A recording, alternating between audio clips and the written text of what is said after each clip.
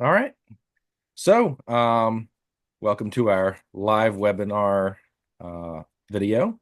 This is Jamila Lincoln, my guest, and I'm Matthew Eldridge. Um, so today I wanted to talk about the topic of constitutional carry and the proposed changes that I saw needed to be done, should be done. And there were 3 points that I initially outlined in the first video. Received some feedback on those and kind of wanted to touch back on what I discussed in the first video. So a little bit of background.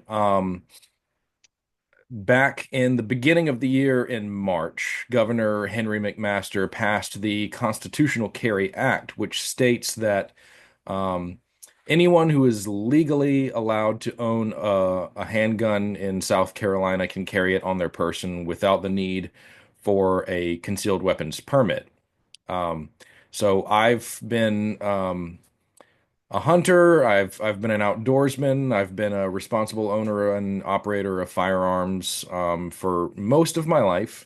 I've worked in firearm sales before, so I'm familiar with the legal processes of going through that and with the laws. I've also got my concealed weapons permit, so I'm familiar with when you can and when you cannot use the firearm, what the legal liabilities are, and basically your right to protect yourself and anything else. So I'm big on knowing gun safety and and knowing how to handle firearms and keep them out of reach of children or anyone else that shouldn't have their hands on them. So seeing this bill passed, yeah, I think it was good for residents of South Carolina who wanted to protect themselves, but I think there were a couple issues with it. So the first issue with it is that what it did is it allowed 18-year-olds who were legally able to own a firearm to be able to carry a handgun on them without the need for a permit. So already in federal law, anyone under the age of 21 cannot purchase a handgun. You need to be 18 in order to purchase a long gun, rifles, shotguns, that sort of thing. You need to be 21 in order to purchase a handgun. And I've always stood by that. Now, the thing is that parents, an 18-year-old can own a handgun, but they cannot carry it with them. A parent can buy a handgun and gift it to their child, but they're not able to start carrying it until they are 21 years old. That's been the law for a long time. With constitutional carry, that changed to where an 18-year-old can carry, but they still can't purchase one. So it has to be purchased by a parent and then given to them. The problem that I have with that is that's kind of along the same lines as a straw purchase, buying for someone who can't legally buy themselves. And I don't think that anyone under the age of 21 should be carrying a handgun around anyways. 18-year-olds, it's a very volatile time in their lives. Hormones are raging. Brain hasn't gotten to full development yet. So I think it's kind of a liability to do that. The second thing that I had with it is that whereas constitutional carry does impose stricter um, penalties for unlawful possession of firearms, it takes 3 offenses for it to be a felony.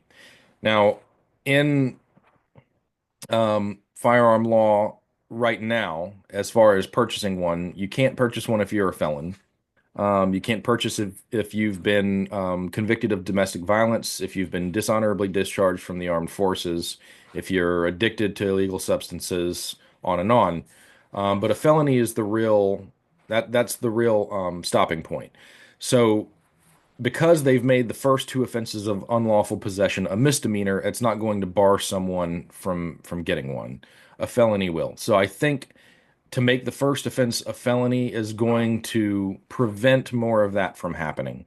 Now, naturally, criminals are going to get it on the street no matter what.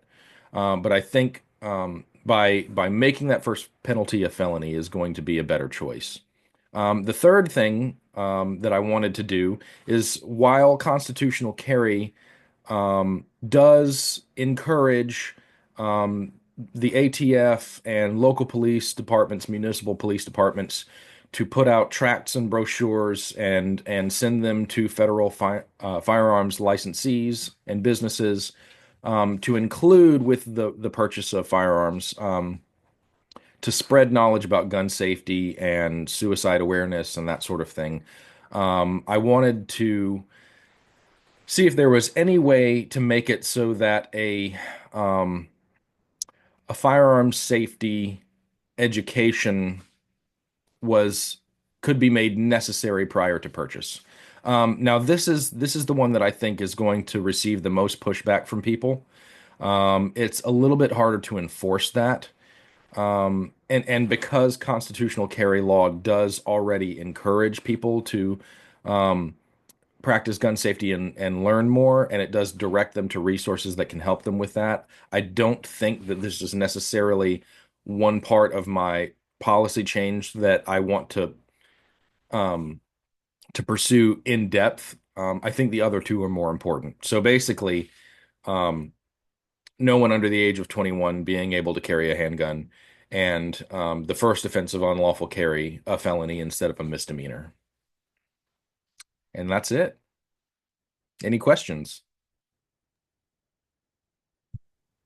Yes. You said making the first offense a felony. Hmm. Um, do you think do you think that's kind of hard for just unlawful carrying, for it to be a Right. first offense? Being 18, 19, 20, of course, Hmm. um, they make mistakes. Yeah. And the felony is a strong offense, that could prevent someone from obtaining a job or reoffending. Do you think that that could be like a harsh sentence for a first offense Mm. for 18, 19, or 20-year-old for just that specific um unlawful carrying? Not if they committed another crime or something with it, that would be different, but just unlawful Right. carrying. Right. Yeah, and I mean it's a good question. And it's one of those things where how do we how do we better minister to the community, that shows that the problem of gun violence is more than just an accessibility to firearms, but it's also um, a mental standpoint, and it's also a spiritual standpoint. Um, understanding that a lot of these kids that are being a part of this gun violence, they are kids. And you can't really be mad at them for being a product of whatever society or whatever upbringing that they've been a part of. How do we better um, share knowledge with them, help to improve their lives, help to put them in situations that build them up, that don't tear them down, that take them out of a life of crime, or give them opportunities for development towards success and stable jobs, good income, that sort of thing. So I think, the pursuit is really twofold. It's not so much trying to um, penalize crime on the streets and steer people away from that. But it's also how are we preventative about this? How do we be proactive about preventing this in future? Um, so I think addressing the community that's going to be a longer process. Um, but I think starting with something that is a deterrent is a start. But it's definitely not the end of it. It's something that has to be ongoing. Okay, yeah, I get that. And you said no one under 21. How do you um determine that when you're in the military you can be Hmm. 18 and carry and per well, I guess you can purchase one. Well, you carry they give you one in the They give military. you one. Yeah. So And I guess that comes with training as well. So, how do you argue that when an 18-year-old that's in the military can carry, but yeah, an 18-year-old that's not in the military right. shouldn't? Yeah. And I think, um, being the real the real portion of that statement that everything kind of hinges on is that word carry. Um, so there are plenty of 18, 16, even 14, 12-year olds that, their parents will be there with them, supervising them while they're operating a firearm, whether they're hunting or at the shooting range or anything like that.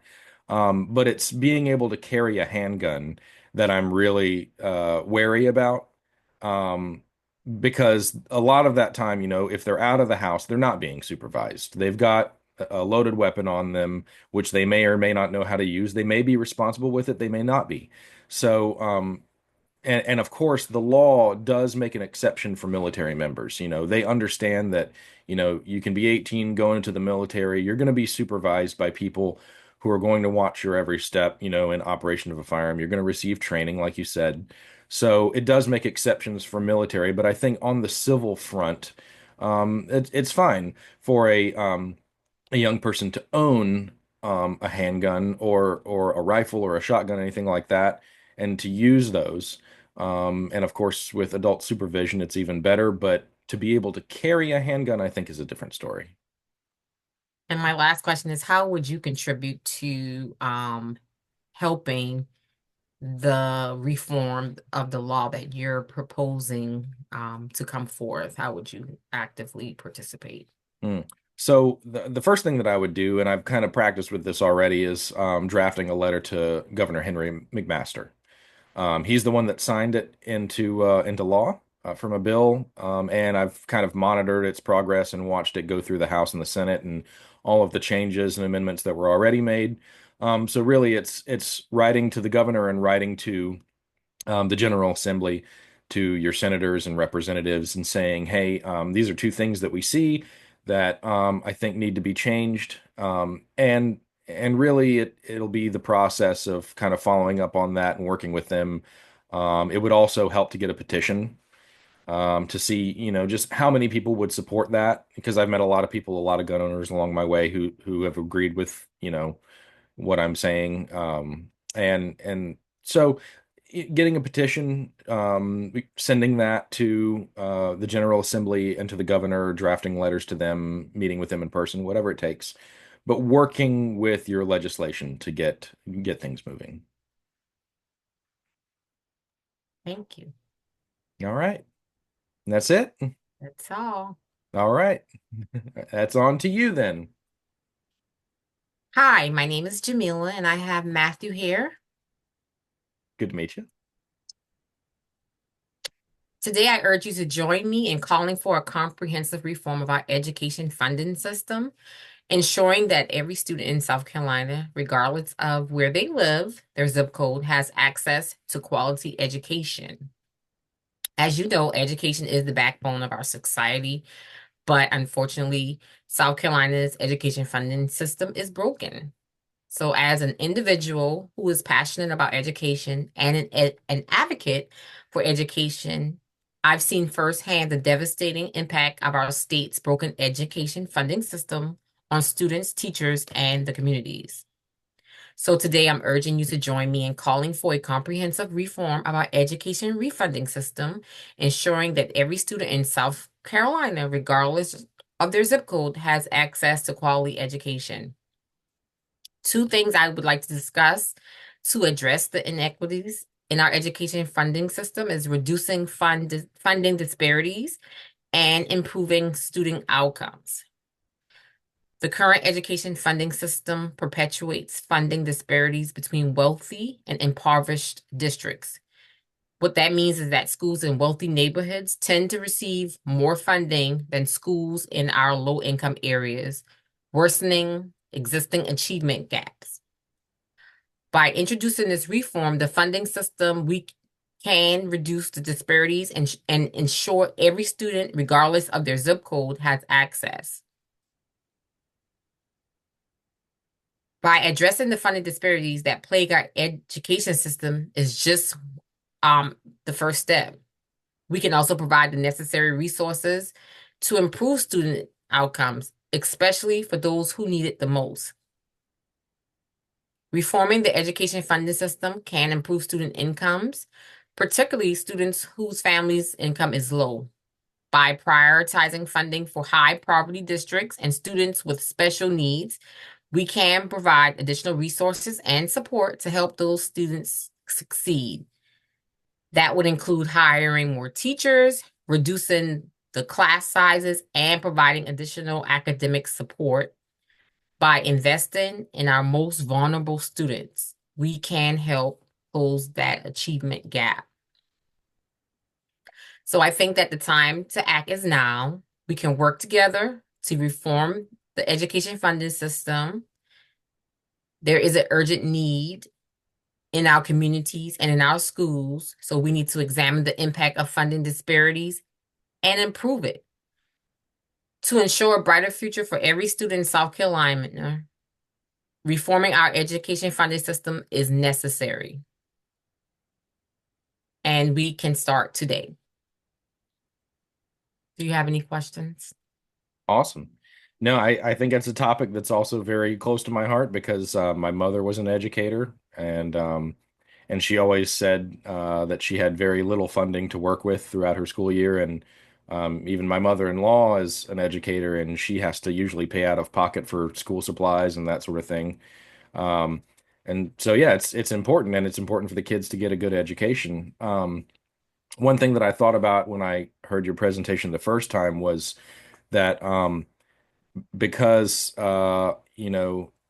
school districts are a special sector of the community, and they're governed by cities or counties, what be it, that everyone operates differently and has a different chain of command, sort of. So how would you kind of go about creating this change broadly across South Carolina, in all places, regardless of zip code, as you said? Great question. Because, like you said, the school district is separated by different boards, different school boards, which have different views, different outcomes. But I would make it a statewide board so that Hmm. it would be equal amongst all the schools. So it would not just be a board. As far as funding is concerned, that would have to come from the state level Hmm. and not the district level. Okay. So kind of like a state superintendent of education and a state board that would Right. be overseeing every district within South Carolina. Yes, with the funding, correct. Okay. That's a good idea. Okay. The other question would be, now, would most of this funding be coming from taxpayer dollars, or through fundraising, or kind of a mixture between the two?